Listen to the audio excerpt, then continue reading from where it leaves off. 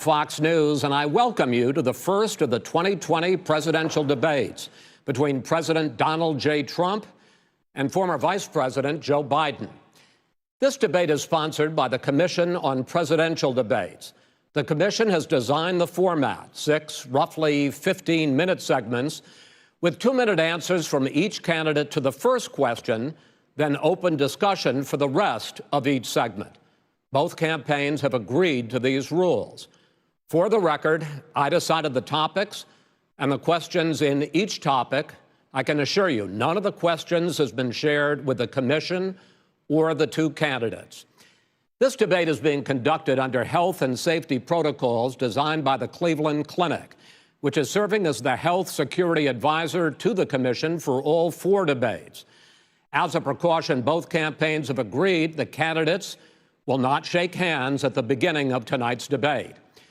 The audience here in the hall has promised to remain silent. No cheers, no boos or other interruptions, so we, and more importantly you, can focus on what the candidates have to say. No noise except right now, as we welcome the Republican nominee, President Trump, and the Democratic nominee, Vice President Biden.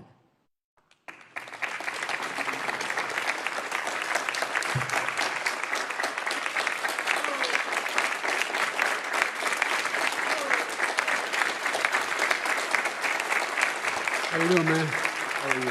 I'm well.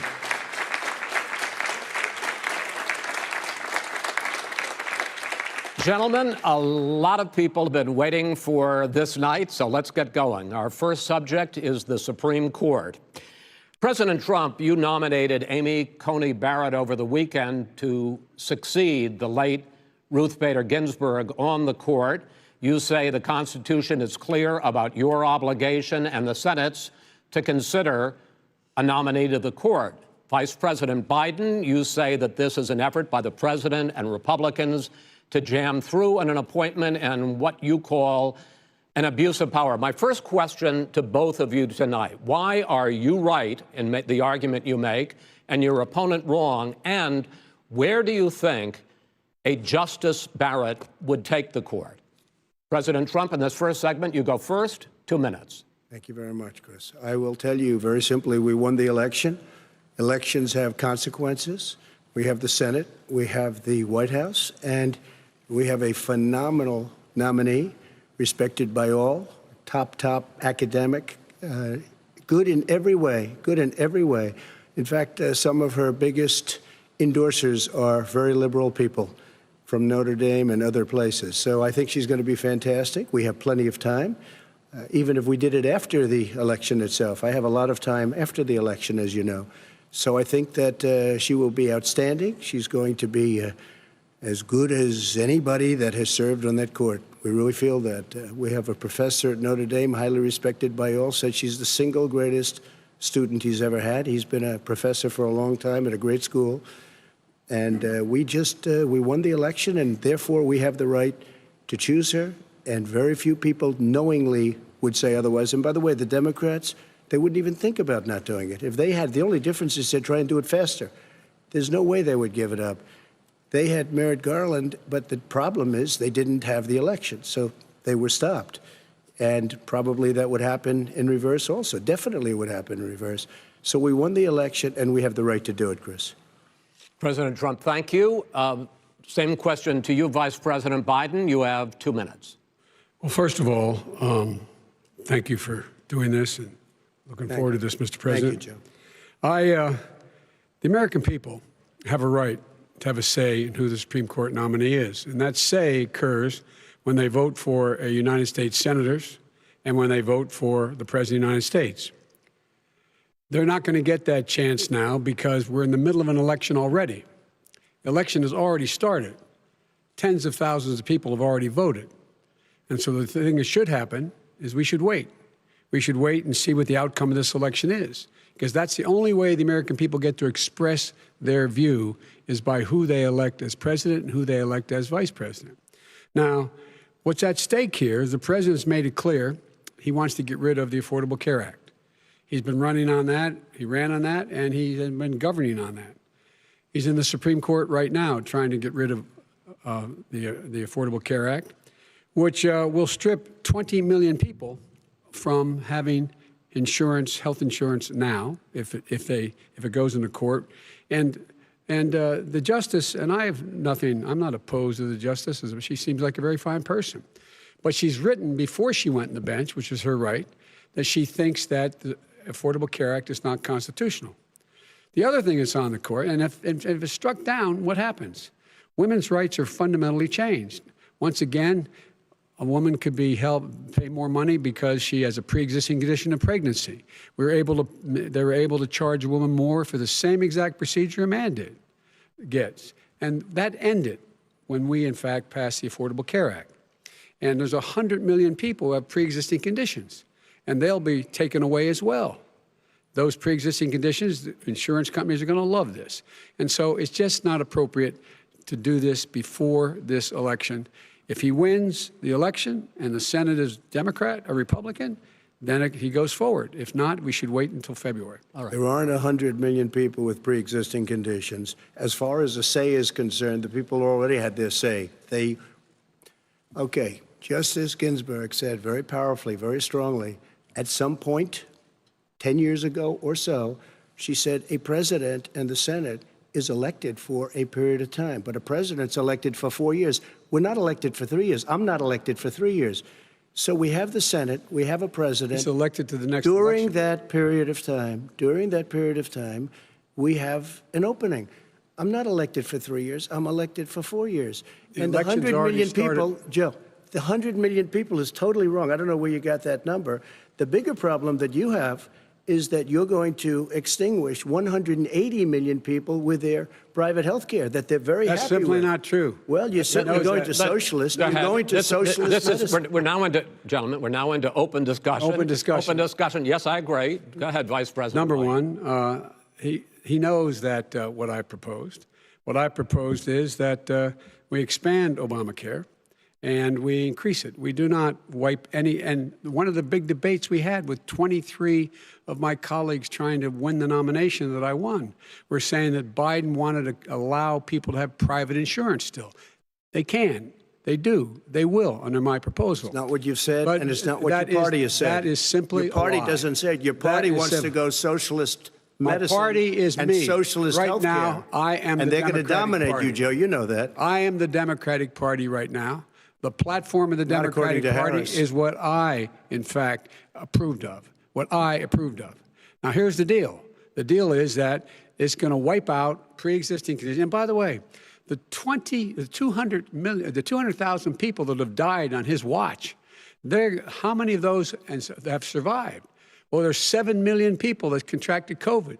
What does it mean for them going forward if you strike down the Affordable Care Act? Joe, you've had 308,000 military people dying because you couldn't provide them proper health care in the military. So don't tell me about this. I'm happy to talk about this. And if you were here, Look, it wouldn't be deal. 200, it would be 2 million people because you were very late on the draw. You Late didn't on want the me to draw. ban China, which was heavily infected. You didn't want me to ban All right, gentlemen, Europe, which was heavily Mr. President, infected. You would have Mr. been much President, later, Joe. Mr. President, much later. Mr. President. You're talking about 2 million people. You're not gonna be able President, to as shut a him up. moderator, we are going to talk about COVID in the next segment, but go ahead. Let me finish. The point is that the president also is opposed to Roe v. Wade.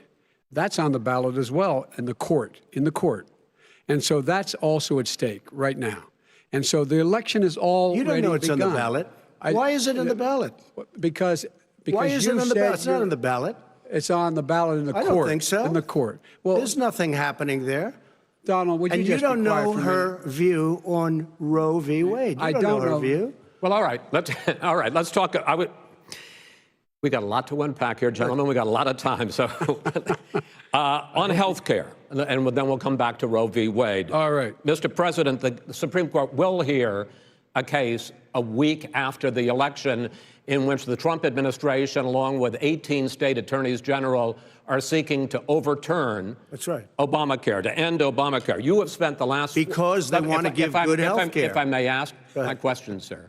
Good health care. Over the last 4 years, you have promised to repeal and replace Obamacare, but you have never in these 4 years come up with a plan, a comprehensive plan Yes, to I have. replace Obamacare. Of course I have. Well, I'll I give got you an rid of opp- the I'm gonna- individual when I finish, mandate. I'm going to give you an Excuse opportunity. me. I got rid of the individual mandate, which was a That is big not a chunk of comprehensive That plan. is absolutely a big thing. That was the worst I part didn't of ask you, Obamacare. sir. Chris, You're that was the debating him, worst not part of me. Obamacare. Let me ask my Well, question. I'll ask Joe. The individual mandate was the most unpopular Mr. Vice Pre- aspect of Mr. Obamacare. I President, got rid of it. I'd like and you we to, will protect Mr. people President, with I'm the pre-existing moderator of this conditions. debate, and I would like you to let me ask my question, and then you can answer your ahead. question. You, in the course of these 4 years, have never come up with a comprehensive plan to replace Obamacare, and just this last Thursday, you signed a largely symbolic executive order to protect people with pre-existing conditions 5 days before this debate. So my question, sir, is what is the Trump health care plan? Fine. Well, first of all, I guess I'm debating you, not him, but that's okay. I'm not surprised. Let me just tell you something, that there's nothing symbolic. I'm cutting drug prices. I'm going with favored nations, which no president has the courage to do because you're going against Big Pharma. Drug prices will be coming down 80 or 90%. You could have done it during your 47-year period in government, but you didn't do it. Nobody's done it. So we're cutting health care. What about All of the pre-existing things that conditions? we've done, He has not cut insulin. health I give you an care. example. Insulin.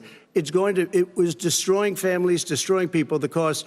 I'm getting it for so cheap. It's like water, you want to know the truth. So cheap. Take a look at all of the drugs what we're doing, prescription drug prices. We're going to allow our governors now to go to other countries to buy drugs because When in they fact- pay just a tiny fraction. As I say, of this what is we do. open discussion. No, Let but me this ask is you about, big, this this you'll be is happy, big stuff. sir, you'll be happy. I'm about to pick up on one of your points to ask the vice president, which is he points out that you would like to add a public option to Obamacare, and Yes. the argument that he makes and other Republicans make is that that is going to end private insurance. It is and not. will, if I can sorry. ask you the question, it will Not what end your party says, by the way. it will end private insurance and create a government takeover of health care. It does not. It's only for those people who are so poor they qualify for Medicaid. They can get that free in most states, except governors who want to deny people who are poor Medicaid. Anyone who qualifies for Medicare would, Medicaid would automatically be enrolled in the public option. The vast majority of the American people would still not be in that option, number one. Joe, you Number agreed two. with Bernie Sanders, who's I far did- left, on the manifesto, Well, we you- call it. well, And that manifest- gives you socialized medicine. Look, hey, Are you saying I'm not you going to didn't listen agree? to him. The fact of the matter is, I beat Bernie Sanders. Not by much. I beat him a whole hell of a lot. I'm Not by here much. standing facing you, old buddy. Pocahontas would have left Well, 2 days I tell early. you, You would have lost every primary. All he knows how to on do Super is hurt. Tuesday. You got Look, very lucky. here's the deal. I got very lucky. I'm going to get very lucky tonight as well. And tonight I'm going to With make what? sure, because With what? here's the deal. Here's the deal. The fact is that everything he's saying so far is simply a lie. I'm not here to call out his lies. Everybody knows he's a liar. But you I just agreed. want to Hey, make wait, sure. Joe, you're the liar. I want to make sure. Graduated last in your class, not first in your class. I want to make Mr. sure. President, can you let him finish, sir? No, he doesn't know how to do that. He has, You'd be you know, surprised. you pick You'd be surprised. the Go ahead, wrong Joe. guy, Go. the wrong Talk, Joe. night at Go. the wrong time. Listen, you agreed with Here's the Bernie deal. Sanders to the The manifesto. whole idea. Let Now you're him- disavowing it. There is no manifesto, number Please one. let him speak, Mr. Number President. You two. just lost the left. Number two. You just lost the left. You agreed with Bernie Sanders on a plan Folks, that's absolutely folks, agreed do you have to, any and under that idea plan, what you have this clown's socialized, doing? They call it Mr. Medicare. You have any President. Socialized medicine. Mr. Well, President, I tell you what, he is not for any help for people needing health care because Bernie? because he in fact already has cost 10 million people their health care that they had from their employers because of his recession. Number one. Number two, yeah. there are 20 million people getting health care through Obamacare now that he wants to take it away.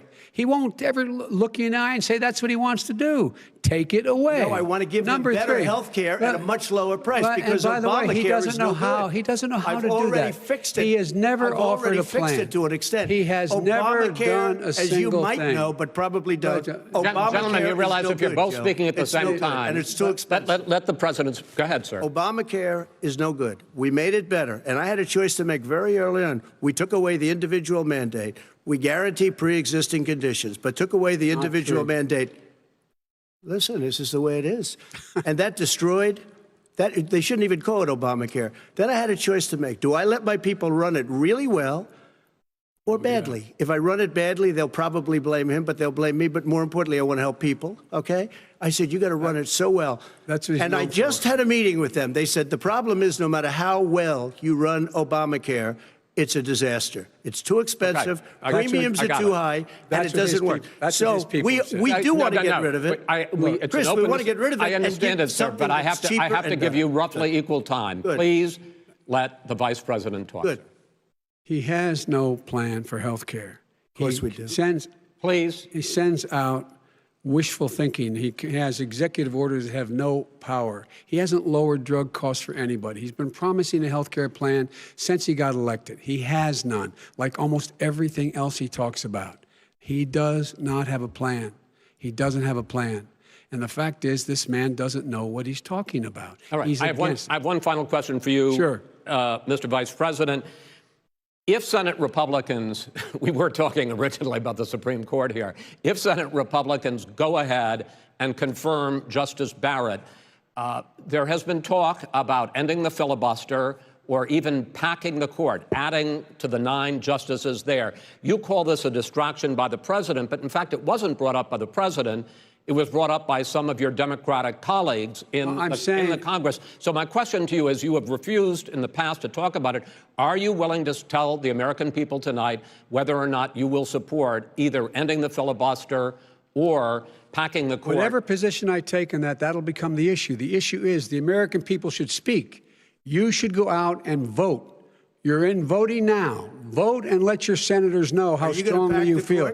Vote now. Are you gonna pack the Make court? sure you, in fact, let people know He doesn't want you're a to answer the senator. question. I'm not going to answer the question Why because wouldn't you answer that because question? the question you want to put a is lot of the new question Supreme Court is justices, the radical question- left. Will you shut up, man? Listen, who is on your list, Joe? This Who's is on your so list? Right. Gentlemen, I think This we've is ended so this. He's going to pack the unprecedented. court. That We is- have We're not going to give a list. We have ended this segment. We're going to move on to the second segment. That was really a productive segment, wasn't it? Keep yapping, man. The people understand, Joe.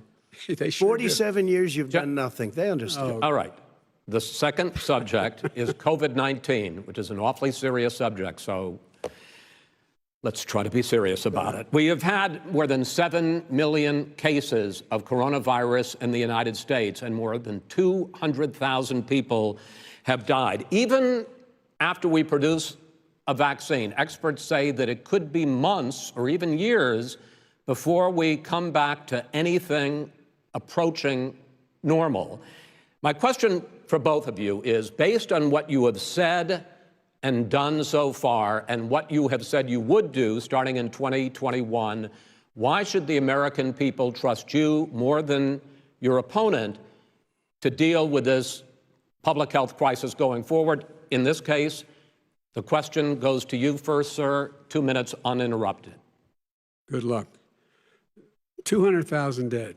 As you said, over 7 million infected in the United States.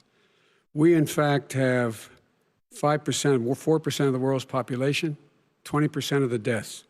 40,000 people a day are contracting COVID. In addition to that, about between 750 and 1,000 people a day are dying. When he was presented with that number, he said, it is what it is. Well, it is what it is because you are who you are. That's why it is. The president has no plan. He hasn't laid out anything. He knew all the way back in February how serious this crisis was. He knew it was a deadly disease. What did he do? He's on tape as acknowledging he knew it. He said he didn't tell us or give people a warning of it because he didn't want to panic the American people. You don't panic. He panicked. In addition to that, what did he do? He went in and we were insisting that the people we had on the ground in China should be able to go to Wuhan and determine for themselves how dangerous this was. He did not even ask Xi to do that. He told us what a great job Xi was doing. He said we owe him a debt of gratitude for being so transparent with us. And what did he do then? He then did nothing. He waited and waited and waited. He still doesn't have a plan. I laid out Sir, back it's in 2 March minutes. exactly it's so what we wrong. should be doing. And I laid out again in July what we should be doing. We should be providing all the protective gear possible. We should be providing the money the House has passed in order to be able to go out and get people the help they need to keep their businesses open schools. It costs a lot of money. You should get out of your bunker and get out of the sand trap and get in your golf course and go in the Oval Office and bring together the Democrats and Republicans and fund what needs to be done now to save lives. So if we would have listened to you. You have 2 minutes, sir. If we would have listened to you, the country would have been left wide open. Millions of people would have died, not 200,000, and one person is too much. It's China's fault. It should have never happened. They stopped it from going in, but it was China's fault. And by the way, when you talk about numbers, you don't know how many people died in China. You don't know how many people died in Russia. You don't know how many people died in India. They don't exactly give you a straight count, just so you understand. But if you look at what we've done, I closed it, and you said he's xenophobic. He's a racist, and he's xenophobic because you didn't think I should have closed our country. No, Wait a minute. It says 2 minutes. You didn't think we should have closed our country because you thought it was terrible. You wouldn't have closed it for another 2 months. By my doing it early, in fact, Dr. Fauci said, President Trump saved thousands of lives. Many of your Democrat governors said, President Trump did a phenomenal job. We worked with the governor. Oh, really? Go take a look. The governors said I did a phenomenal job. Most of them said that. In fact, people that would not be necessarily on my side said that. President Trump did a phenomenal job. We did. We got the gowns. We got the masks. We made the ventilators. You wouldn't have made ventilators. And now we're weeks away from a vaccine. We're doing therapeutics already. Fewer people are dying when they get sick. Far fewer people are dying. We've done a great job. The only thing I haven't done a good job, and that's because of the fake news.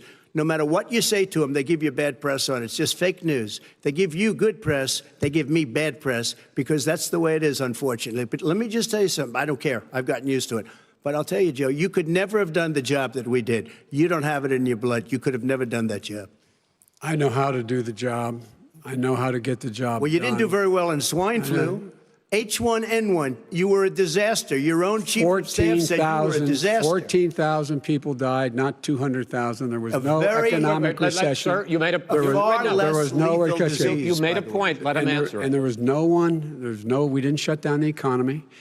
This is his economy he's shut down. The reason it's shut down is because, look, you folks at home, how many of you got up this morning and had an empty chair at the kitchen table because someone died of COVID? How many of you were in a situation where you lost your mom or dad and you couldn't even speak to them? You had a nurse holding a phone up so you could, in fact, say goodbye. You would have lost far more people. Far more people. And, you would have been and by the way, months late. his own CDC director says we could lose as many as another 200,000 people between now and the end of the year. And he held up. He said, if we just wear a mask, we can save half those numbers. Just a mask. And by the way, in terms of the whole notion of a vaccine, we're for a vaccine, but I don't trust him at all, nor do you. I know you don't. What we trust is a scientist. You don't trust Dr. Johnson Fauci. & Johnson, Pfizer? Okay, by the way, gentlemen, let me move on to questions about the future, because you both have touched on two of the questions I'm going to ask. Focusing on the future first, President Trump, you have repeatedly either contradicted or been at odds with some of your government's own top scientists. The week before last, the head of the Centers for Disease Control, Dr. Redfield, said it would be summer before the vaccine would become generally available to the public. You said that he was confused and mistaken. Those were your two words. Yeah. But Dr. Slaoui, the head of your Operation Warp Speed, has said exactly the same thing. Are they both wrong? Well, I've spoken to the companies, and we can have it a lot sooner. It's a very political thing because people like this would rather make it political than save lives. God. It is a very political thing. I've spoken to Pfizer. I've spoken to all of the people that you have to speak to. We have great Moderna, Johnson & Johnson, and others. They can go faster than that by a lot. Become very political because the left, or I don't know if I call them left, I don't know what I call them. So you're suggesting that the head of your Operation Warp Speed, Dr. Slaoui? I disagree with him. Yeah, no, I disagree with both of them. And he didn't say that. He said it could be there, but it could also be much sooner. I had him in my office 2 days ago. He talked about the summer, sir, before it's generally available. Just like he Dr. said it's a Redfield. possibility that we'll have the answer before November 1st. It could also be after about when it's that. generally available. Well, we're going to deliver it right away. We have the military all set up. Logistically, they're all set up. We have our military that delivers soldiers, and they can do 200,000 a day. They're going to be delivering. This is the same man it's who all told set you up. by Easter this would be gone away. by the warm weather, it'd be gone. Miraculous, like a miracle. And by the way, maybe you could inject some bleach in your arm, and that would take care of it. This is the same man. That was said sarcastically, That was you know that. That was said sarcastically. And so here's the deal. This man is talking about a vaccine. Every serious company is talking about maybe having a vaccine done by the end of the year. But the distribution of that vaccine will not occur until sometime beginning or the middle of next year to get it out, if we get the vaccine. And pray God we will. Pray God we will. Mr. Vice President, I want to pick up You'll have the vaccine sooner I want to than pick that. up on this question, though. You say the public can trust the scientists, but they can't trust President Trump. In fact, you said that again tonight. Your running mate, Senator Harris, goes further, saying the public health experts, quote, will be muzzled, will be suppressed. Given the fact that polls already show that people are concerned about the vaccine and are reluctant to take it, are you and your running mate, Senator Harris, contributing to that fear? No more than the question you just asked him. You pointed out. He puts pressure and disagrees with his own scientists. But you're saying Everybody you can't, or knows. Senator And Harris is saying you can't trust the scientists. No, you can trust the scientists. She didn't say that. You can't trust She said the public health Did say experts, that. quote, will be muzzled, will be suppressed. Well, that's what he's going to try to do. But there's millions of scientists, there's thousands of scientists out there, like here at this great hospital, that don't work for him. Their job doesn't depend on him. That's not, they're the people, and by the way. I spoke to the scientists that are in charge. By the way. They will have the vaccine very soon. Let him finish. Do you believe for a moment what he's telling you in light of all the lies he's told you about the whole issue relating to COVID? He still hasn't even acknowledged that he knew this was happening, knew how dangerous it was going to be back in February, and he didn't even tell you. He's on record as saying it. He panicked or he just looked at the stock market, one of the two, because guess what? A lot of people died, and a lot more are going to die unless he gets a lot smarter, a lot quicker. Mr. President? Did you use the word smart? So you said you went to Delaware State, but you forgot the name of your college. You didn't go to Delaware State. You graduated either the lowest or almost the lowest in your class. Don't ever use the word smart with me. Don't ever use that word. Oh, give me a break. Because you know what? There's nothing smart about you, Joe. 47 years, you've done nothing. Let's have this debate. And if We'll you see would have who's had, let me just tell you something, Joe. No, if you would have had the charge of what I was put through, I had to close the greatest economy in the history of our country. And by the way, now it's being built again. see, and We're it's going to going get up to the fast. economy in the next segment, sir. Okay. It's going up fast. I look Okay. forward to talking When about it comes to how the virus has been handled so far, the two of you have taken very different approaches, and this is going to affect how the virus is handled going forward by whichever of you ends up becoming the next president. I want to quickly go through several of those. Reopenings.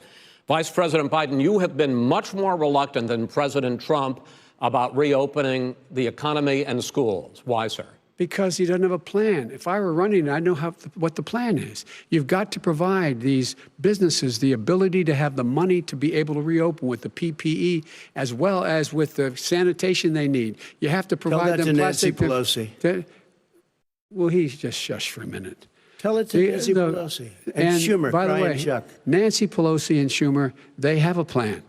He won't even meet with them. The Republicans won't meet with him in the Senate. And he sits on his golf course. And I mean, literally, think about it. You probably play more than I do, Joe. What about this question of reopenings and the fact? Well, he wants to shut down this country, and I want to keep it open. And we did a great thing by shutting it down. Wait a minute, Joe. Let me shut you down for a second, Joe, just for 1 second.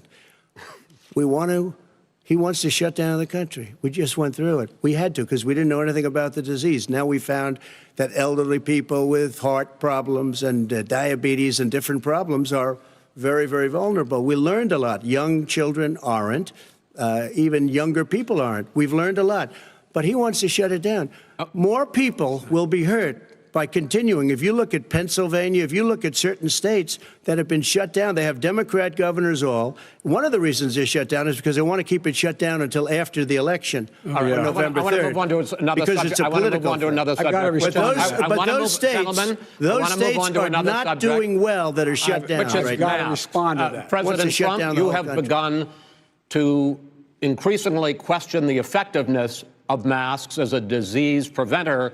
And in fact, recently you have cited the issue of waiters touching their masks and touching plates. Are you questioning No, I think the masks efficacy are okay. of You have masks? to understand, if you look, I mean, I have a mask right here. I put a mask on, when I think I need it. Tonight, as an example, everybody's had a test, and you've had social distancing and all of the things that you have to. But I Just wear like your masks rallies. when needed. When needed, I wear masks. Okay, let me ask. I don't wear masks like him. Every time you see him, he's got a mask. He could be speaking 200 feet away from it. He shows up with the biggest mask I've ever seen. I will say this. Vice President Biden, go ahead, sir. Look, the way to open businesses is give them the wherewithal to be able to open. We provided money. The Congress. But I was asking you, sir, about masks. Well, masks make a big difference. His own head of the CDC said if we just wore masks between now, everybody wore masks in social distance between now and January, we'd probably save up to 100,000 lives. It matters. And they've also It said the matters. opposite. They've also said no, the opposite. no serious person said the opposite. They've no also said, well, look serious all right, I at wanna Dr. ask you- Fauci. Dr. Fauci said the He opposite. did not I say want to the ask you, we opposite. got a said little very bit more than a strongly, minute left in this masks segment. are not good. Then he changed his mind. He said masks are good. I I'm wanna okay ask- with masks. I I'm want to not ask you fighting both about masks. one last subject, because your different approaches has even affected the way that you have campaigned. President Trump, you're holding large rallies with crowds packed together, thousands of people. Outside. Outside, yes, sir, agreed. Vice President Biden, you are holding much smaller events with Because nobody will show up. people with. Well, it's true. Nobody shows up to his rallies. All right. In any case, why you holding the big rallies? Why you not? You goes first, sir. Because people want to hear what I have to say. I mean, But are you I've not done a worried great about it job spreading as a disease? president, and I'll have 35,000 people show up at airports. We use airports. Are you and not worried hangars, about and we the have a disease lot of issues, people. sir? Well, so far we have had no problem whatsoever. It's outside. That's a big difference, according to the experts. And we do them outside. We have tremendous crowds, as you see. I mean, and literally on 24 hours notice. And Joe does the circles and has 3 people someplace. Okay. By the way, did you see Go ahead, sir. one of the last big rallies he had? And a reporter came up to him to ask him a question. He said, no, stand back. Put on your mask. Put on a mask. Have you been tested? I'm way far away from those other people. That's what he said. I can't. I'm going to be okay. He's not worried about you. He's not worried about the people out there breathing in one another. We've had no negative cheek to effect. jowl. No negative effect. We've Come had on. no negative effect. And we've had 35, 40,000 All right. people You want at these rallies. Just Yes. quickly finish up, because I want to move on to our next. Yes, I would. He's been totally irresponsible the way in which he has handled the social distancing and people wearing masks, basically encouraged them not to. All right. He's a fool on this. If you could get the crowds, you would have done the same thing. But you can't. Nobody cares. Gentlemen, can we move on Nobody to the cares. Gentlemen, can we move on to the economy? Yes. The economy is, I think it's fair to say, recovering faster than expected from the shutdown. Much faster. In the second quarter, the unemployment rate fell to 8.4% last month. The Federal Reserve says the hit to growth, which is going to be there, is not going to be nearly as big as they had expected. President Trump, you say we are in a V-shaped recovery. Vice President Biden, you say it's more of a K-shape. What difference does that mean to the American people in terms of the economy? President Trump, in this segment, you go first. So we built the greatest economy in history. We closed it down because of the China plague. When the plague came in, we closed it down, which was very hard psychologically to do. He didn't think we should close it down, and he was wrong. And again, 2 million people would be dead now instead of still 204,000 people is too much. One person is too much. Should have never happened from China. But what happened is we closed it down, and now we're reopening, and we're doing record business. We had 10.4 million people in a 4-month period that we've put back into the workforce. That's a record the likes of which nobody's ever seen before. And he wants to close down he will shut it down again. He will destroy this country. You know, a lot of people, between drugs and alcohol and depression, when you start shutting it down, you take a look at what's happening at some of your Democrat-run states where they have these tough shutdowns. And I'm telling you, it's because they don't want to open it. One of them came out last week. You saw that. Oh, we're going to open up on November 9th. Why November 9th? Because it's after the election. They think they're hurting us by keeping them closed. They're hurting people. People know what to do. They can social distance. They can wash their hands. They can wear masks. They can do whatever they want. But they got to open these states up. When you look at North Carolina, when you look, and these governors are under siege, Pennsylvania, Michigan, and a couple of others, you got to open these states up. It's not fair. You're talking about almost, it's like being in prison.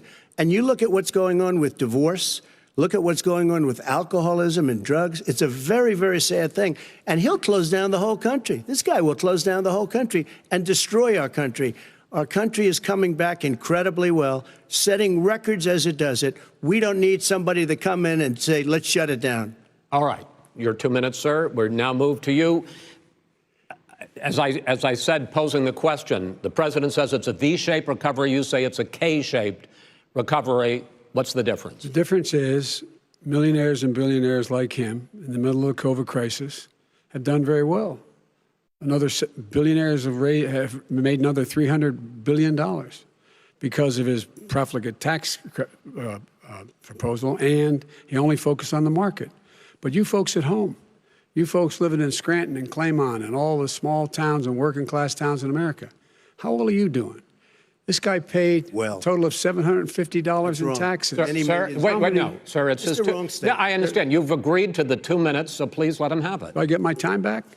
The fact is that he has, in fact, worked on this in a way that he's going to be the first president of the United States to leave office having fewer jobs in his administration than when he became president. Fewer jobs than when he became president. First one in American history. Secondly, the people who have lost their jobs are those people who have been on the front lines, those people who have been saving our lives, those people who have been out there dying, people who've been putting themselves in the way to make sure that we could all try to make it. And the idea that he is insisting that we go forward and open when you have almost half the states in America with a significant increase in COVID deaths and COVID cases in the United States of America. And he wants to open it up more. Why does he want to open it up? Why doesn't he take care of the American? You can't fix the economy until you fix the COVID crisis. And he has no intention of doing anything about making it better for you all at home in terms of your health and your safety. Schools. Why aren't schools open? Because it costs a lot of money to open them safely. You know, they were going to give, his administration was going to give the teachers and school students masks. And then they decided, no, couldn't do that because it's not a national emergency. Not a national emergency. They've done nothing to help small businesses. Nothing. They're closing. 1 in 6 is now gone. He ought to get on the job and take care of the needs of the American people so we can open safely. All right. Your time is up, sir. Well, we are going to get to... I have to respond to that. Well, you both had 2 minutes, sir. Excuse me, he made a statement. So did you. People want their schools, people want their schools open. They don't want to be shut down. They don't want their state shut down. They want their restaurants. I look at New York. It's so sad what's happening in New York. It's almost like a ghost town. And I'm not sure it can ever recover what they've done in New York. People want their places open. They want to get back to their lives. They'll be careful, but they want their schools open. I'm the one that brought back football. By the way, I brought back Big Ten football. It was me, and I'm very happy to do it. And all right, people of Ohio are very proud of me. And you know how I found out? When he took a phony ad. Gentlemen, we're going to get to your economic plans going forward in a moment. But first, Mr. President, as you well know, there's a new report that in 2016, the year you were elected president, and 2017, your first year as president, that you paid $750 a year in federal income tax each of those years. I know that you pay a lot of other taxes, but I'm asking you the specific question. Is it true that you paid $750 in federal income taxes each of those 2 years? I paid millions of dollars in taxes, millions of dollars of income tax. And let me just tell you, there was a story in one of the papers. Show us your tax I paid $38 million 1 year. I paid $27 million. Show us your tax returns. I went... you'll see it as soon as it's finished. You'll see it. You know, if you want to go to the Board of Elections. There's a 118-page or so report that says everything I have, every bank I have, I'm totally under-leveraged because the assets are extremely good, and we have a very, I built a great company. I'm asking you a specific question, which is... let me tell you. I understand all of that. I understand all of that. No, Mr. President. Go ahead. I'm asking you a question. Will you tell us how much you paid in federal income taxes in 2016 and 2017? Millions of dollars. You paid millions of dollars? Millions of dollars, So yes. not 750? Millions of dollars, and you'll get to see it. And you'll get to see it. But let me just tell you, Chris, let me just say something, that it was the tax laws. I don't want to pay tax.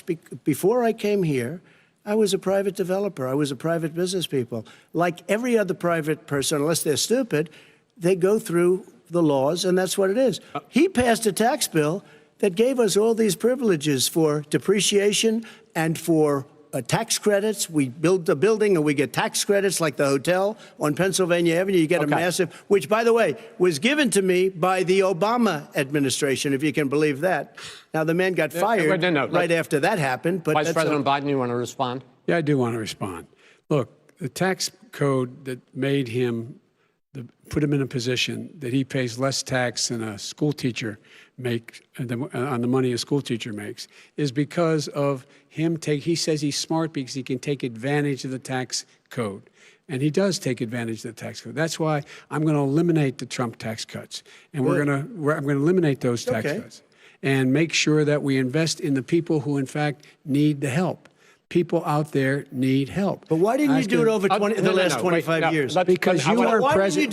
Because you weren't president screwing things up. You were a senator. And You're by the way, worst president America has ever had. Hey, Come Joe, on. let me just tell you, Joe, I've done more in 47 months. I've done more than you've done in 47 years, Joe.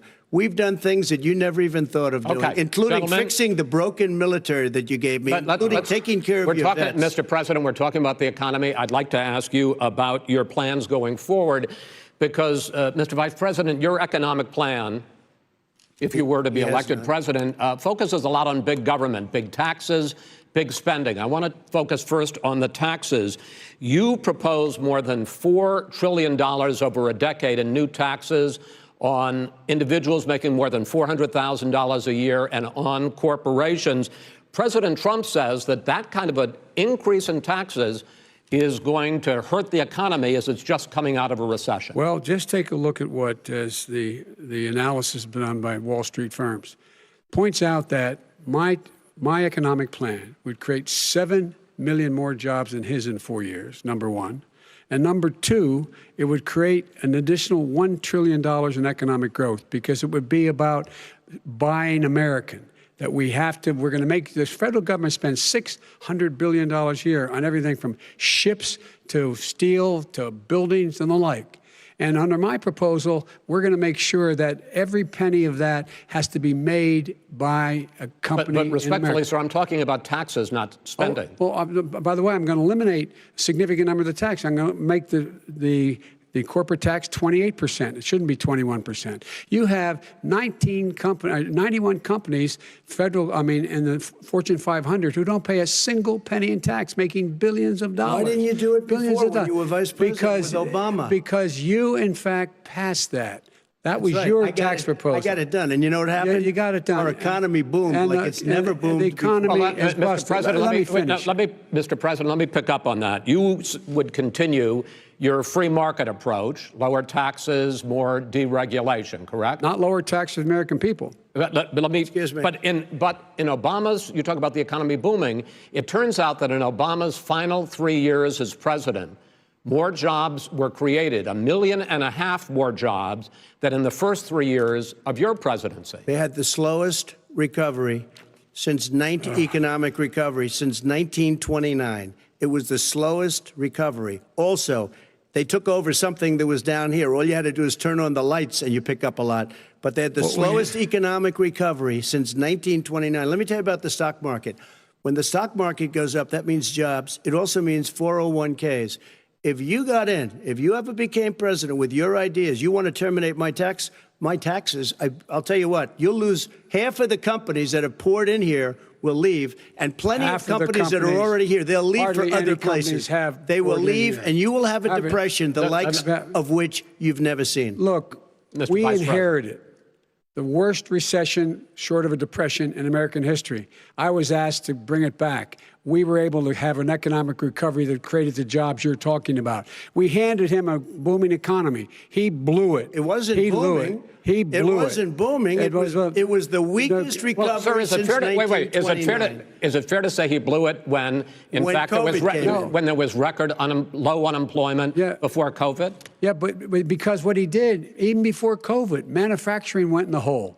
Manufacturing went in a hole. Excuse number me, one. Chris. Wait. Number two. Chris. Number three. They said it would take. No, you were number two. No. Chris. They said it would This take a guy is miracle to bring back manufacturing. I brought back 700,000 jobs. They brought back nothing. They gave up on manufacturing. We Part did of not my agree. standard fare. I'm the guy that He brought totally back gave the up on automobile manufacturing. All right, let him. We brought back, I was asked to bring back Chrysler and General Motors. We brought them back right here in the state of Ohio and Michigan. He blew it. They're gone. He blew it. And in fact, they're going. Ohio had the best year it's ever had last year. Michigan had the best year they've ever had. That is not Many true. car companies No, came in from Germany, from Japan, went to Michigan, went to Ohio. They're not having And they didn't come in with you. Mr. Vice President, go ahead. And so you take a look at what he's actually done. He's done very little. His trade deals are the same way. He talks about these great trade deals. You know, he talks about the art of the deal. China's perfected the art of the steal. We have a higher deficit with China now than we did before. We have the highest trade deficit China with ate Mexico. your lunch, down All right, gentlemen, 18%. China ate your lunch, Joe. And no wonder your son goes in and he takes out billions of dollars. Takes out billions of dollars to manage. He makes millions of dollars. And also, Simply while we're not at true. it, why is Simply it, just out of curiosity, the mayor of Moscow's wife gave your son $3.5 million. That's What not did he true. do to deserve it? That What is did he do with Burisma none to of that- deserve Wait, $183,000? None You've of asked that your is question, true. let him answer. None of that is true. It's Oh, really? been He didn't totally, get But no, $3.5 hey, million? Mr. President, It's Mr. totally- President, please. totally ask a question. discredited. Totally discredited. And by the way, Well, wait, he let's didn't get talk- $3.5 million, Joe? Mr. Vice, He got Mr. $3.5 million. President, It is not true. Oh, really? Mr. Oh. President, But, Mr. it's an open discussion, please. Now, It's a fact. Well, There's- it you is have not a raised an fact. issue. Let the It's been Vice totally President answer. discredited. Did There was a Burisma pay him report. $183,000 a month with no experience in energy? Mr. Look, President, no job. My son did nothing wrong at Burisma. I think he did. and Mr. the only guy President, that let did him something- answer. He doesn't want to let me answer because he knows I have the truth. His position has been totally, thoroughly discredited. who? And The media? By everybody. Well, by the By the media, media, by our because they refuse to allies, talk by the about it World because they're Bank, embarrassed. by everyone has discredited. Matter of fact, even Mr. the President, people who please stop. testified under oath. So let me under ask you oath, this, under- Joe. under No, oath. go ahead, Mr. I'm listening to Even you. the people under. He got $3.5 million from testified- Moscow. He testified under oath in his administration, said, I did my job and I did it very well. Oh, I really? did it I'd like to know honorably. who they are. Well, I'll give you the list I'll of the fire people who them. testified. No, go ahead, sir. Sure, you've already fired most of them because they did a Some good because job. some people don't do a well, good here's job. With you, Go they ahead. say- You get here's the, the wait a deal. minute. You get the final word, Mr. Well, it's hard to get any word in with this clown. Excuse me, this. Hey, this let me just person. tell you, No. I'm Mr. President. I'm $3.5 Mr. million, President. Joe. That is simply Why did not he true. deserve $3.5 million It from did- Moscow? Look, here's the deal. We want to talk about families and ethics. I don't want to do that. I mean, his family we could talk about all night. His family's My already. family, No, let him go. my family already lost wrote- a fortune by That's coming right. down Go and ahead. helping Go us ahead. with Go ahead, government. sir. And that's Every- such a. they're right That's here. it, Mr. That's President. such Every a great. single one of them lost This a is not fortune about by President. my coming and family or helping his us family. with It's government. about your family, They the didn't American collect people. $3.5 million He for doesn't. nothing. That's not true. It doesn't want to talk about what you need. You, the American people. It's about you. That's what we're talking about. you here. should All right, Not that's the end of the Shouldn't have segment. taken the money. We're moving on. He didn't take them. Well, Vice it's a very- President, but Chris, no, can I be honest? It's a very important Try to be question. honest. No, He I stood get it. up. No, he stood up, the answer to and the he question is no. threatened Ukraine. No, sir. With $1 billion, if you don't that get rid of is the press. absolutely You know what? Wait, not stop. You're on true. tape doing it. You're going to You're on have tape. True. Gentlemen. Is- I hate to raise Chris, my voice, he's but on it seems tape. to be, why should I be different than the two of you? So here's the Got a deal. good point. We have 6 segments. We have ended that segment. We're going to go to the next segment. In that segment, you each are going to have 2 uninterrupted moments. In those 2 uninterrupted minutes, Mr. President, you can say anything you want. I'm going to ask a question about race, but if you want to answer about something else, go ahead. But I think that the country would be better served if we allowed both people to speak with fewer interruptions. I'm appealing to you, sir, to do that. Well, and him too. Well, frankly, you've been doing more interrupting Oh, that's than all he right, has. but he does plenty. Well, less than, sir, less there's than. plenty. No, less than you have. Let's please continue on. The issue of race. Vice President Biden, you say that President Trump's response to the violence in Charlottesville 3 years ago, when he talked about very fine people on both sides, was what directly led you to launch this run for president. Oh, yeah, sure. President Trump, you have often said that you believe you have done more for Black Americans than any president, with the possible exception of Abraham Lincoln. My question for the two of you is, why should voters trust you rather than your opponent to deal with the race issues facing this country over the next 4 years? Vice President Biden, you go first. It's about equity and equality. It's about decency. It's about the Constitution.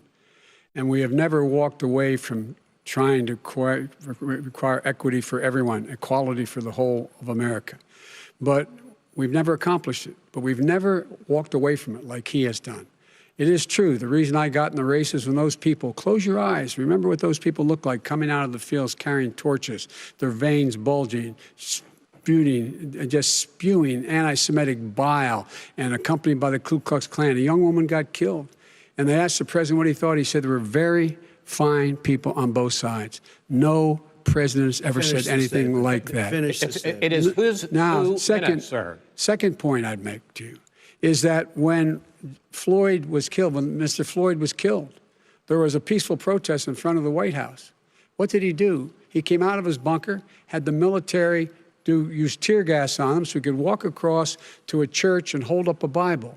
And then what happened after that? The bishop of that very church said that it was a disgrace. The general who was with him said all he ever wants to do is divide people, not unite people at all. This is a president who has used everything as a dog whistle to try to generate racist hatred, racist division. This is a man who, in fact, you talk about helping African Americans. 1 in 1,000 African Americans has been killed because of the coronavirus. And if he doesn't do something quickly, by the end of the year, 1 in 500 will have been killed. 1 in 500 African Americans. This man is the savior of African Americans. This man cares at all. This man's done virtually nothing. Look, the fact is that you have to look at what he talks about. You have to look at what he did. And what he did has been disastrous for the African-American community. So, President Trump, you have 2 minutes. Why should Americans trust you over your opponent to deal with racism? he did a crime bill, 1994, where you call them super predators, African Americans, the super predators, and they've never forgotten it. They've never forgotten it, Joe. No, sir, it's his 2 minutes. So you did that, and they call you a super predator, and I'm letting people out of jail now that you have treated the African American population community, you have treated the black community about as bad as anybody in this country. You did the and that's why, if you look at the polls, I'm doing better than any Republican has done in a long time, because they saw what you did. You call them super predators, and you've called them worse than that, because you look back at your testimony over the years, you've called them a lot worse than that. As far as the church is concerned, and as far as the generals are concerned, we just got the support of 250 military leaders and generals, total support. Law enforcement, almost every law enforcement group in the United States. I have Florida, I have Texas, I have Ohio, I have Portland. The sheriff just came out today and he said, I support President Trump. I don't think you have any law enforcement. You can't even say the word law enforcement, because if you say those words, you're going to lose all of your radical left supporters. And why aren't you saying those words, Joe? Why don't you say the words law enforcement? Because you know what? If they called us in Portland, we would put out that fire in a half an hour, but they won't do it because they're run by radical left Democrats. If you look at Chicago, if you look at any place you want to look, Seattle, they heard we were coming in the following day, and they put up their hands, and we got back Seattle. Minneapolis, we got it back, Joe, because we believe in law and order, but you don't. The top 10 cities and just about the top 40 cities are run by Democrats and, in many cases, radical left. And they've got you wrapped around their finger, Joe, to a point where you don't want to say anything about law and order. And I'll tell you what, the people of this country want and demand law and order, and you're afraid to even say it. All right. I want to return to the question of race.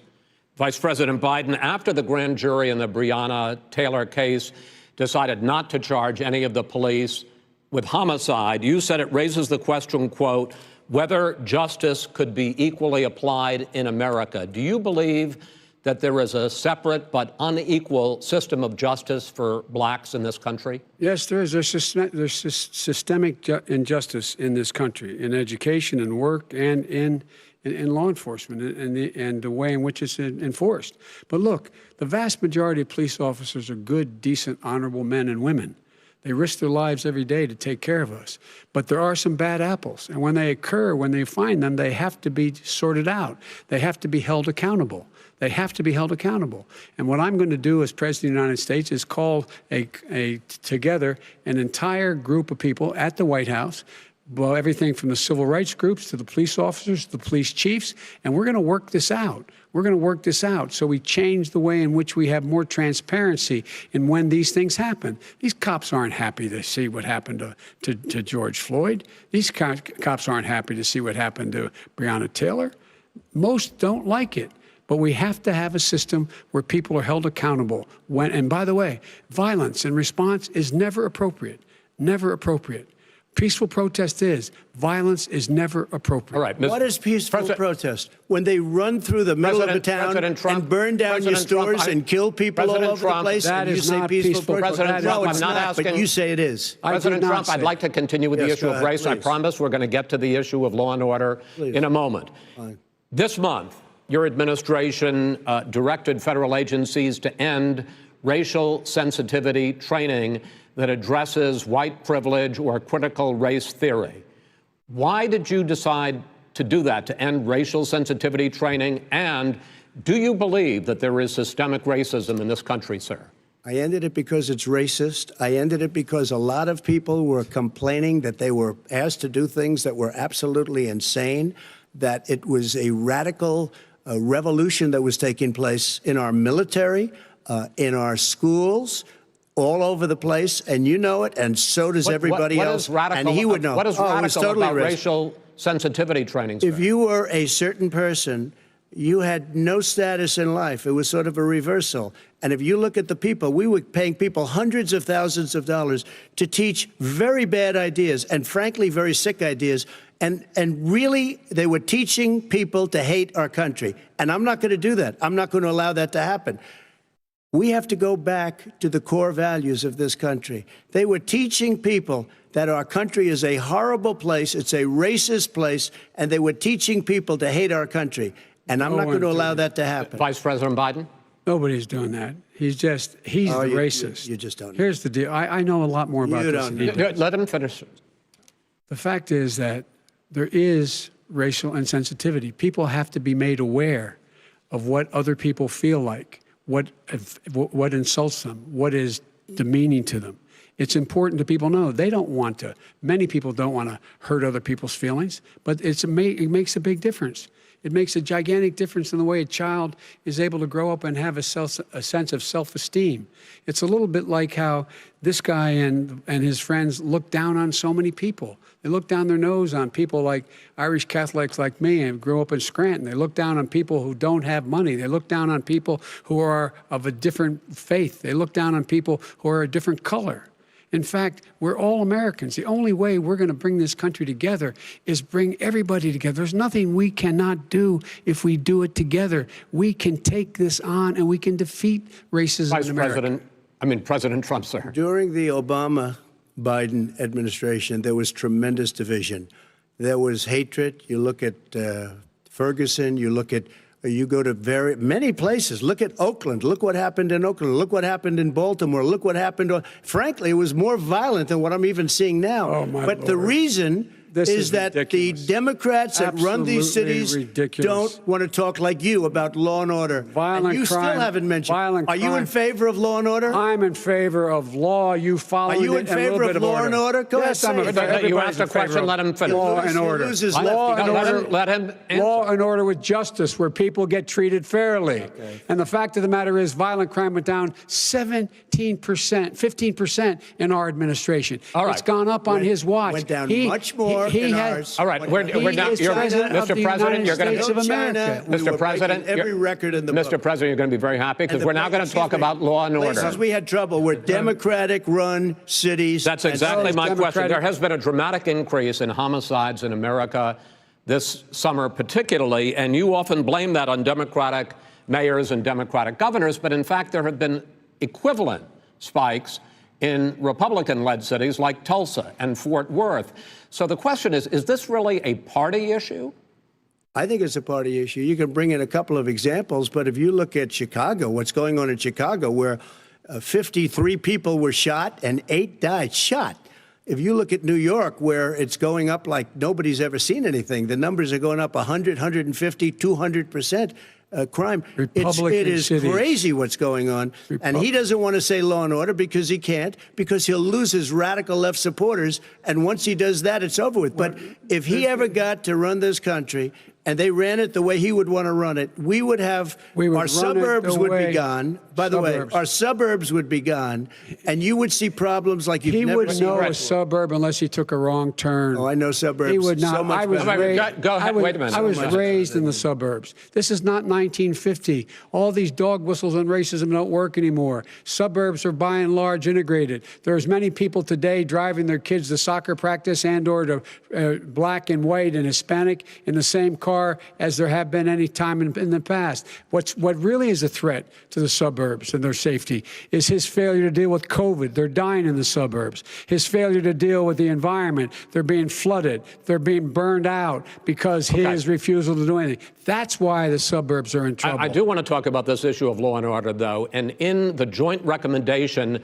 that came from the Biden-Bernie Sanders task force, you talked about, quote, reimagining policing. Yeah. First of all, what does reimagining policing mean, and do you support? It means. Let me, if I might finish the question. What does reimagining policing mean, and do you support the Black Lives Matter call for community control of policing? Look, what I support is the police having the opportunity to deal with the problems they face. And I'm totally opposed to defunding the police offices. As a matter of fact, local police, the only one defunding it, his budget calls for a $400 million cut in local law enforcement assistance. They need more assistance. They need, when they show up for a 9/11 call, to have someone with them as a psychologist or psychiatrist to keep them from having to use force and be able to talk people down. We have to have community policing like we had before, where the officers get to know the people in the communities. That's when crime went down. It didn't go up, it went down. And so we have to be engaged. That's not what they're talking about, Chris. That's not what they're talking about. He's talking about defunding the police. That is not true. He doesn't have any law support. Look, he has no law enforcement support. That's not true. Almost nothing. Look. Oh, really? Who do you have? Name one group that supports you. Name one group that came out and supported you. Go ahead. Think. We have time. We don't have time to do anything. No, think about it. Name one law enforcement group that came out and supported gentlemen, you. I think I'm going to take back the moderator's role. I don't think there are any. And I want to get to another subject, which is the issue of protests in many cities that have turned violent. In Portland, Oregon, especially, we had more than 100 straight days of protests, which I think you would agree. You talk about peaceful protests. Many of those turned into riots. Mr. Vice President, you say that people who commit crimes should be held accountable. The question I have, though, is, as the Democratic nominee, and earlier tonight you said that you are the Democratic Party right now, have you ever called the Democratic mayor of Portland or the Democratic governor of Oregon and said, hey, you got to stop this, bring in the National Guard, do whatever it takes, but you stop the days and months of violence in Portland? I don't hold public office now. I am a former vice president. I've made it clear. I've made it clear in my public statements that the violence should be prosecuted. It should be prosecuted, and anyone who commits it. But you've never called for the people, the leader. Excuse me, sir. You have never called for the leaders in Portland and in Oregon to bring in the National Guard and knock off 100 days of riots. They can, in fact, take care of it if he just stay out of the way. Look here. Oh, really? Really? Here's the thing. I sent in the U.S. Marshals to get the killer of the young man in the middle of the street. They shot him, and for 3 days, President Trump, Portland wouldn't do anything. I had to send in the U.S. Marshals. They took care of business. Go ahead, sir. And by the way, you know, his own former spokesperson said, you know, riots and chaos and violence help his cause. That's what this is all about. I don't know who said that. I do. Who? I think Kellyanne Conway. I don't think she said that. She said that. And so here's the point. The point is that That's what he is, keeps trying to rile everything up. He doesn't want to calm things down. Instead of going in and talking to people and saying, let's get everybody together, figure out how to deal with this. What's he do? He just pours gasoline in the fire constantly, and every single solitary time. And to end this, button up this segment, I'm going to give you a minute to answer, sir. You have repeatedly criticized. I have to answer his statement. No, you have his repeatedly. Statement. Wait, you have just 1 second. No, you've been talking back made and a forth. Statement. I'm asking you. I would love to you know, end it. sir. I would love to end it. And you know, we if would you want to very- switch seats. We could very quickly. We could do that, but I'd send in the National Guard, it would be over. There'd be no problem. Okay. But they Good. don't want to accept the National Guard. You have repeatedly criticized the vice president for not specifically calling out Antifa and other left-wing That's right. extremist groups. But are you willing tonight to condemn white supremacists and militia groups and to say that they need to stand down and not add to the violence in a number of these cities, as we saw in Kenosha and as we've seen in Portland? Sure, Are you I'm willing prepared to do that, specifically but do it? Well, go ahead, sir. I would say almost everything I see is from the left wing, not from the right wing. So what are you If saying? I'm willing to do anything. I want to see Well, peace. then do it, sir. Say it. Do it. Say it. Do you want to call him? What do you want to call him? Give me a name. Give me a White name. Go ahead. supremacists and Who would white you like me to condemn? White Proud Boys. supremacists and right Proud militia. Boys, stand back and stand by. But I'll tell you what. Somebody's got to do something about Antifa and the left, because this is not a right-wing problem. His This own is a left-wing. FBI director This said is a the threat left-wing of Go ahead, problem. white Go ahead, sir. supremacists. Antifa's an idea, not an organization. Oh, you gotta be not kidding. militia. That's what Oh, really? his It's an idea. FBI director Gentlemen, said. Well, we're then gonna- you know what? No, He's no, wrong. we're done, sir. We're moving on to the next. Everybody We're moving. gives you bat advice hits in you your over the head, that's administration. not an idea. Everybody in Antifa your is administration bad. tells you the truth has a bad idea. Can I tell you what? You have no ideas. Antifa is a dangerous All right, radical gentlemen, group. we're now moving on to the Trump And and you ought to be Biden careful records. with them. They'll overthrow you. When in a 2 president, seconds. I'm going to ask a question. When the president seeks a second term, it is generally a referendum on his record. But Vice President Biden, you like to quote one of your dad's sayings, which is, don't compare me to the Almighty, compare me to the alternative. And in this case, sir, you are the alternative.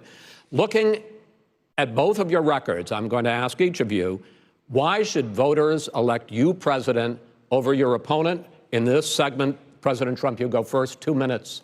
Because there has never been an administration or president who has done more than I've done in a period of 3.5 years. And that's despite the impeachment hoax.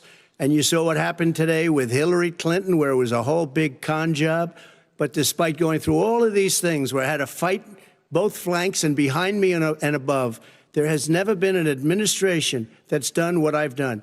The greatest, before COVID came in, the greatest economy in history, lowest unemployment numbers. Everything was good. Everything was going. And by the way, there was unity going to happen. People were calling me for the first time in years. They were calling and they were saying, it's time maybe. And then what happened? We got hit, but now we're building it back up again.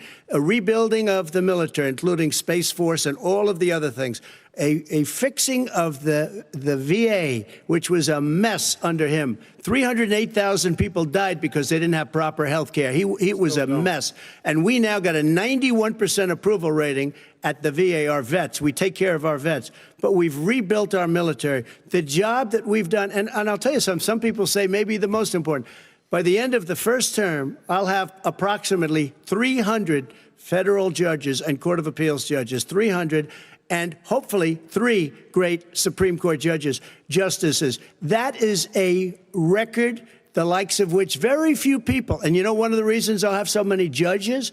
Because President Obama and him left me 128 judges to fill. When you leave office, you don't leave any judges. That's like, you just don't do that. They left 128 openings, and if I were a member of his party, because they have a little different philosophy, I'd say if you left us 128 openings, you can't be a good president, you can't be a good vice president. But I want to thank you because it gives us almost, it'll probably be above that number by the end of this term. 300 judges, it's a record. Looking at both your records, why should voters elect you president as opposed to President Trump? You have 2 minutes uninterrupted. Under this president, we become weaker, sicker, poorer, more divided, and more violent. When I was vice president, We inherited a recession. I was asked to fix it. I did. We left him a booming economy, and he caused a recession. With regard to being weaker, the fact is that I've gone head-to-head with Putin and made it clear to him we're not going to take any of his stuff. He's Putin's puppy. He still refuses to even say anything to Putin about the bounty on the heads of American soldiers. Your son got $3.5 million. And by the way, my son... Wait a minute. Mr. President, your campaign agreed to both sides would get 2-minute answers uninterrupted. Well, your side agreed to it, and why don't you observe what your campaign agreed to as a ground rule, okay, sir? He never keeps his word. Can you add back No, I'm not asking. That was a rhetorical question. Can you Go add ahed, back sir. 30 seconds? Yeah, yes, okay. You may have. All right. Go ahead. So, thirdly, we're poor. The billionaires have gotten much more wealthy by a tune of over $300 to $400 billion more just since COVID. You in the home, you got less. You're in more trouble than you were before. In terms of being more violent, when we were in office, there were 15% less violence in America than there is today. He's president of the United States. It's on his watch. And with regard to more divided, the nation can't stay divided. We can't be this way. And speaking of my son, the way you talk about the military, the way you talk about them being losers and being and just being suckers. My son was in Iraq. He spent a year there. He got the Bronze Star. He got the Conspicuous Service Medal. He was not a loser. He was a patriot, and the people left behind there were heroes. Really? And I resent. Are you talking like about Hunter? hell. Are you talking about Hunter? I'm talking about my son, Beau Biden. You're talking about. I don't know Beau. I know Hunter. Yeah, Hunter you know got Beau. Hunter got thrown out of the military. He was thrown out, dishonorably discharged. That's not true. He for wasn't dishonorably cocaine use. And he didn't have a job until you became vice president. And once you became vice president, he made a fortune in Ukraine, in China, in Moscow, that is simply and various not other places. True. He my made son, a fortune. My son. And he didn't have a job. My son, like a lot of people we know at home, had a drug problem. He's overtaken it. He's fixed it. He's worked on it, and I'm proud of him. But why was he given tens of millions of dollars? But he wasn't given tens of millions of dollars. That is totally discredited. We've already been totally discredited. We've already been through this. I think the American people would rather hear about more substantial subjects. Well, you know, as the moderator, sir, I'm going to make a judgment call here. Gets $3.5 million from the mayor of Moscow. Let's talk about not true. Gentlemen, that report is totally discredited. Mitt Romney on that committee said it wasn't worth taxpayers' money, that report. It was written for political reasons. You know, I'd like to talk about climate change. So would I. Okay. The forest fires in the West are raging now. They have burned millions of acres. They have displaced hundreds of thousands of people. When state officials there blame the fires on climate change, Mr. President, you said, I don't think the science knows. Over your 4 years, you have pulled the U.S. out of the Paris Climate Accord. You have rolled back a number of Obama environmental records. What do you believe about the science of climate change? And what will you do in the next 4 years to confront it? I want crystal clean water and air. I want beautiful, clean air. We have now the lowest carbon. If you look at our numbers right now, we are doing phenomenally. But I haven't destroyed our businesses. Our businesses aren't put out of commission. If you look at the Paris Accord, it was a disaster from our standpoint. And people are actually very happy about what's going on because our businesses are doing well. As far as the fires are concerned, you need forest management in addition to everything else. The forest floors are loaded up with trees, dead trees that are years old, and they're like tinder, and leaves and everything else. You drop a cigarette in there, the whole forest burns down. You've got to have forest management. What do you got to have cuts. What do you believe about the science of climate change, sir? I believe that we have to do everything we can to have immaculate air, immaculate water, and do whatever else we can that's good. You know, we're planting 1 billion trees, the Billion Tree Project, and it's very exciting for a lot of people. You believe that human pollution, greenhouse gas emissions contributes to the global warming of this planet? I think a lot of things do, but I think to an extent, yes. But I also think we have to do better management of our forests. Every year, I get the call, California's burning. California's burning. If that was cleaned, if that were if you had forest management, good forest management, you wouldn't be getting those calls. You know, in Europe, they have forest cities. They're called forest cities. They maintain their forests. They manage their forests. I was with the head of a major country. It's a forest city.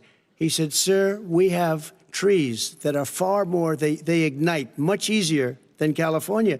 There shouldn't be that problem. I spoke with the governor about it. I'm getting along very well with the governor. But I said, you know, at some point, you can't every year have hundreds of thousands of acres of land just burned to the ground. But, sir, that's burning down because of a lack of management. But, sir, if you believe in the science of climate change, why have you rolled back the Obama Clean Power Plan, which limited carbon emissions in power plants? Why have you relaxed? Because it was driving energy prices through the sky. Why have you relaxed fuel economy standards that are going to create more pollution from cars Well, and not trucks? really, because what's happening is the car is much less expensive and it's a much safer car, and you're talking about a tiny difference. And then what would happen, because of the cost of the car, you would have at least double and triple the number of cars purchased. We have the old slugs out there that are 10, 12 years old. If you did that, the car would be safer. It would be much cheaper by $3,500. In the case of California, they've simply ignored No, but you would take your a lot of cars rollback. off the market because people would be able to afford a car.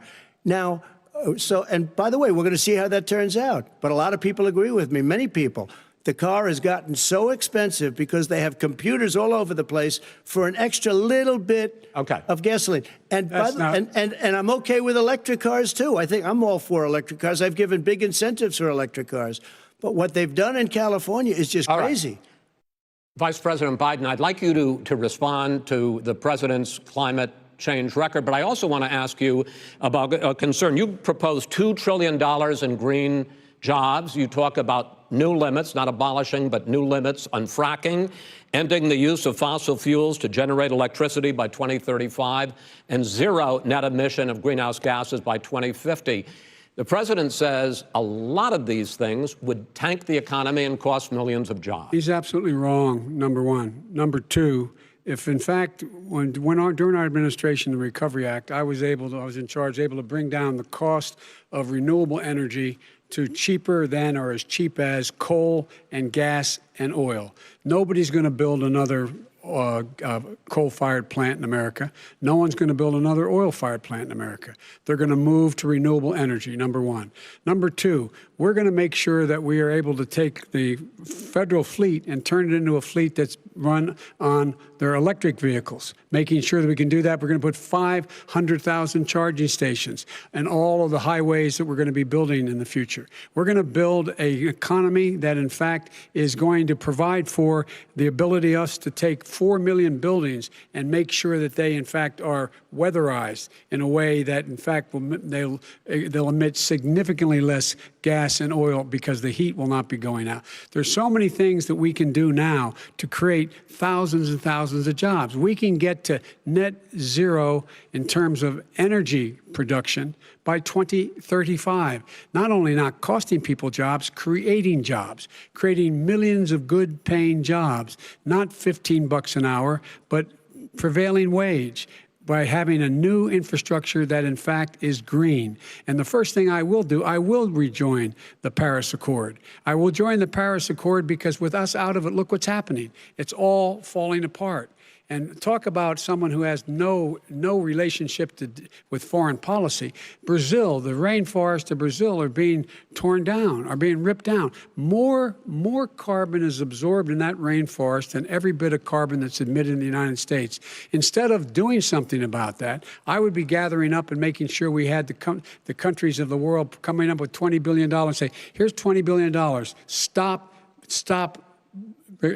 tearing down the forest. And if you don't, then you're going to have significant economic consequences. What about the argument that President Trump basically says that you have to balance environmental interests and economic interests, and he's drawn his line? Well, he hadn't drawn a line. He still, for example, makes sure that he wants to make sure that methane's not a problem. You can now emit more methane without it being a problem. Methane. This is a guy who says that you don't have to have mileage standards for automobiles that exist now. This is a guy who says that, well, the fact that it's all true. And here's the deal. He's talking about the Green New Deal, and it's not $2 billion or $20 billion, as you said. It's $100 trillion. I'm talking about where they the want to rip Biden down plan. Go for a buildings minute, and then you can go. and rebuild the building. No, It's the that is dumbest, not- most that ridiculous, is not where the case. airplanes are out of Wait a minute, sir. business, That's it. where two-car systems are out, where they Not want to true. take out the cows, too. Not That's true. not true either, right? Not this is true. this is a $100 Simply, trillion. look, That's more money than our that is- country could make in that is 100 simply years if we're not going. the case. All right, let me It will destroy our because I country. actually, wait a minute, sir. I actually have studied your plan, and it includes upgrading 4 million buildings, weatherizing 2 million homes over 4 years, building 1.5 million energy-efficient homes. So the question becomes, the president is saying, I think some people who support the president would say that sounds like it's going to cost a lot of money and hurt the economy. What it's going to do is going to create thousands and millions of jobs, good $100 paying trillion. jobs. But let him finish, sir. He doesn't know how to do that. $100 They- billion. The fact is, it's going to create millions of good-paying jobs, and these tax incentives to people for people to weatherize, which he wants to get rid of. It's going to make the economy much safer. Look how much we're paying now to deal with the hurricanes. By the way, he has an answer for hurricanes. He said maybe we should drop a nuclear weapon on them. They may. I never said that That's at all. he did say. You made it up. And here's the deal. You make up a lot of things. We are going to be in a position where we can create hard, good jobs by making sure the environment is clean and we all are in better shape. We spend billions of dollars now, billions of dollars on floods, hurricanes, rising seas. We're in real trouble. Look what's happened just in the Midwest with these storms that come through and wipe out entire sections and counties in Iowa. They didn't happen before. They're because of global warming. We make up 15% of the world's problem. But the rest of the world, we've got to get them to come along. That's why we have to get back into the Paris Accord. All right, gentlemen, Wait a minute, Chris. So why didn't he do it for 47 years? You were vice president. Why didn't you get the world? China sends up real dirt into the air. Russia does. India does. They all do. We're supposed to be good. And by the way, he made a couple of statements. The Green New Deal is $100 trillion. That is not $20 my billion. plan. That's The Green well, New you want to Deal rebuild every is not building. my plan. You want to rebuild All right. every. If he knew anything wait, no, about, no, wait. if he knew Gentlemen, He anything made a about, statement about the military. He said I said something about the military. He and his friends made it up, and then they went with it. I never said it. Okay. That is What not he true. did Sir, is he you're done in said this segment. he called Mr. the military Mr. Vice President, stupid bastards. I and he did said not it on say tape. that. He said Mr. stupid Please, bastards. He not said sir, it. stop. I would never I say would that play to it. the Stop. military. Play it. Go ahead.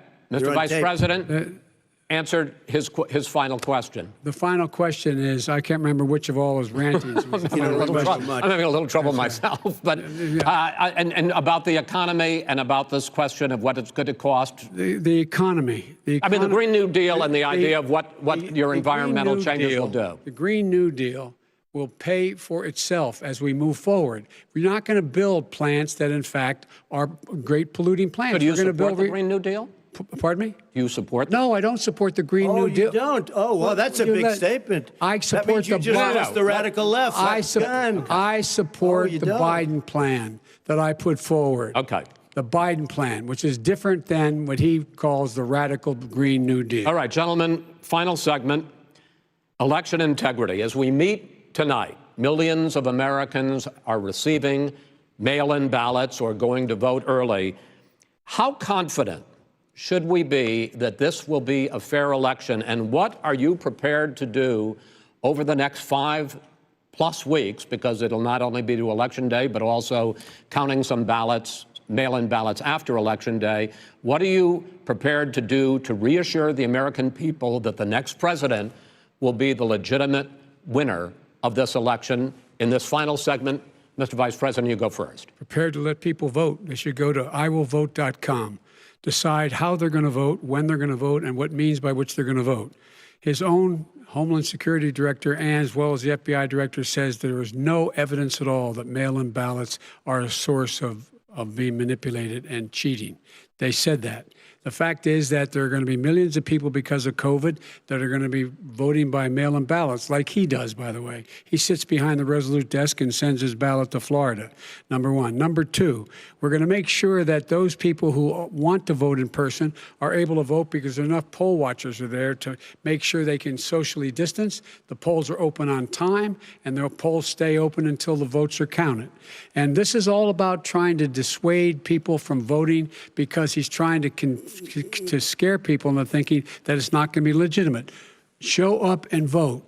You will determine the outcome of this election. Vote, vote, vote. If you're able to vote early in your state, vote early. If you're able to vote in person, vote in person. Vote whatever way is the best way for you, because he cannot stop you from being able to determine the outcome of this election. And in terms of whether or not when the votes are counted, and they're all counted, that will be accepted. If I win, that will be accepted. If I lose, that'll be accepted. But by the way, if in fact he says he's not sure what he's going to accept, well, let me tell you something. It doesn't matter, because if we get the votes, it's going to be all over. He's going to go. He can't stay in power. It won't happen. It won't happen. So vote. Just make sure you understand you have it in your control to determine what this country is going to look like the next 4 years. Is it going to change? You're going to get 4 more years of these lies. Mr. President, 2 minutes. So when I listened to Joe talking about a transition, there's been no transition from when I won. I won that election. And if you look at crooked Hillary Clinton, if you look at all of the different people, there was no transition because they came after me trying to do a coup. They came after me spying on my campaign. They started from the day I won and even before I won, from the day I came down the escalator with our First Lady. They were a disaster. They were a disgrace to our country. And we've caught them.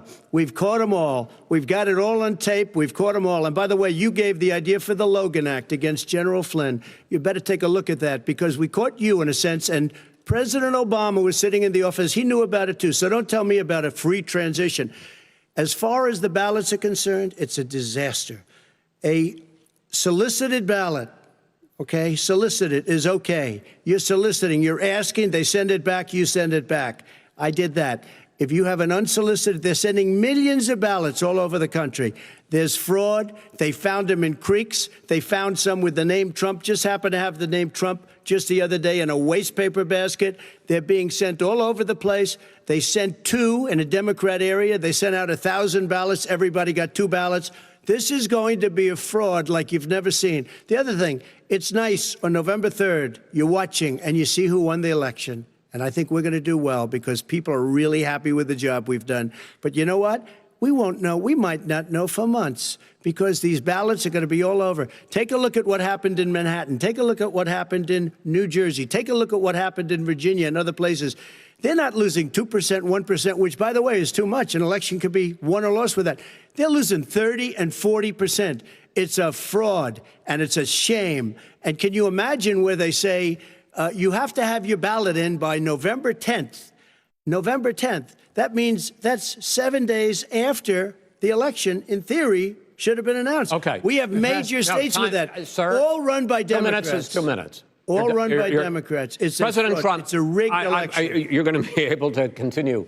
You have been charging for months that mail-in balloting is going to be a disaster. You say it's rigged, that it's going to lead to fraud.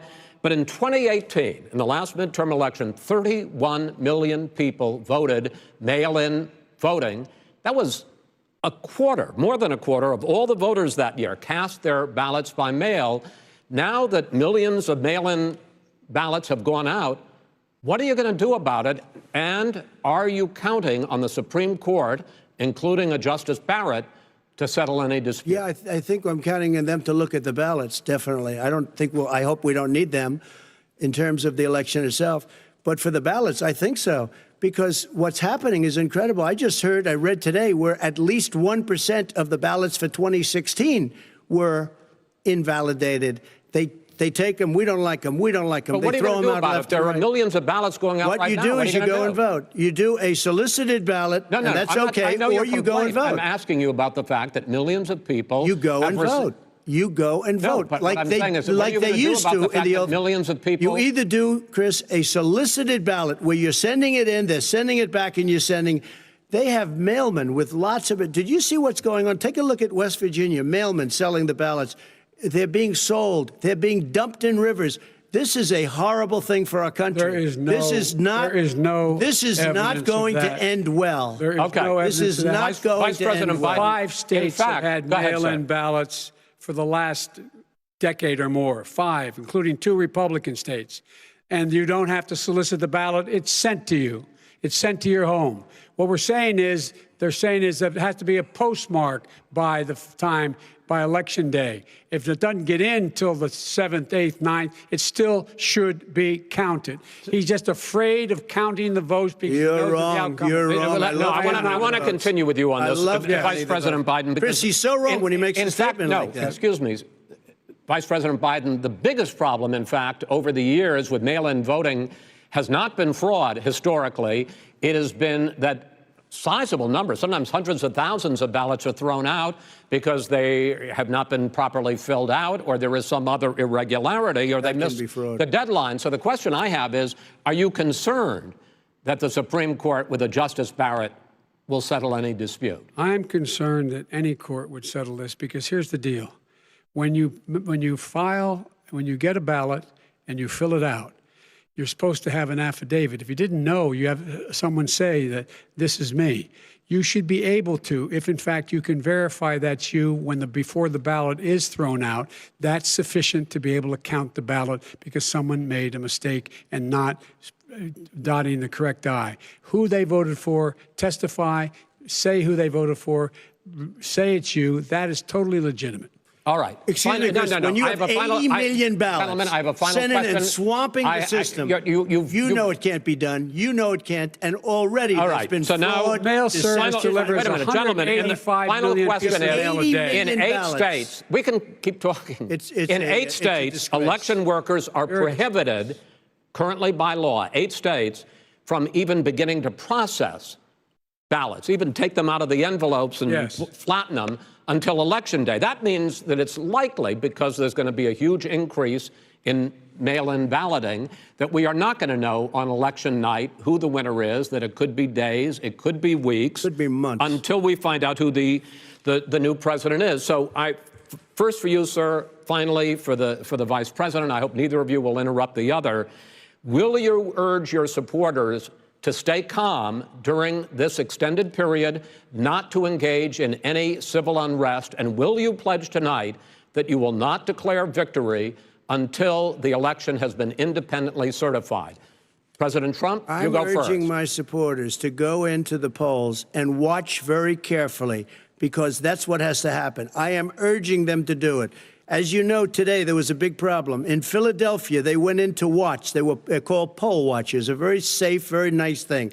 They were thrown out. They weren't allowed to watch. You know why? Because bad things happen in Philadelphia, bad things. And I am urging my people. I hope it's going to be a fair election. If it's a fair election, them what? I am 100% on board. But if I see tens of thousands of ballots being manipulated, I can't go along with that. And I'll tell you what, does that mean, from a not go common along? sense, Does that mean you're going to tell your people to take to the It means you have a fraudulent election. You're And what are sending you out gonna do? 80 And million what would you ballots. do about that? They're not equipped to. These people aren't equipped to handle it. Number one. Number two, they cheat. They cheat. Hey, they found ballots in a waste paper basket 3 days ago, and they all had the name military ballots. They were military. They all had the name Trump on them. Vice President You think Biden, that's good? Vice President Biden, final question for you. Will you urge your supporters to stay calm while the vote is counted, and will you pledge not to declare victory until the election is independently certified? Yes, and here's the deal. We count the ballots, as you pointed out. Some of these ballots in some states can't even be opened until Election Day. And if there's thousands of ballots, it's going to take time to do it. And by the way, our military, they've been voting by ballots since the end of the Civil War, in effect. And that's what's going to happen. Why was it not? Why is it for them somehow not fraudulent? It's the same process. It's honest. No one has established at all that there is fraud related to mail-in ballots, that somehow it's a fraudulent process. It's already been established. Take a look at Carolyn Maloney's race. You had an opportunity to respond. Look at Carolyn Maloney. Go ahead. They have no idea what happened. Vice President Biden, go ahead. He has no idea what he's talking about. Here's the deal. The fact is, I will accept it, and he will too. You know why? Because once the winner is declared, after all the ballots are counted, all the votes are counted, that'll be the end of it. That'll be the end of it. And if it's me, in fact, fine. If it's not me, I'll support the outcome. And I'll be a president not just for the Democrats. I'll be a president for Democrats and Republicans. And this guy, I want to see an honest Okay. ballot count. Gentlemen, We- you say that's the end of Chris, it? This is the I end wanna of this see an debate? honest ballot count. We're And going to I think leave he it does there. too. To be continued does. as in more debates as we go on.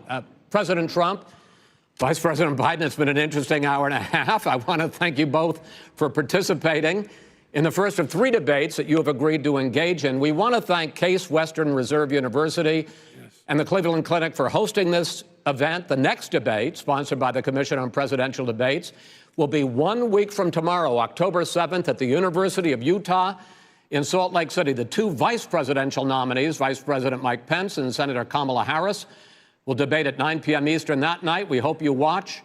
Until then, thank you and good night.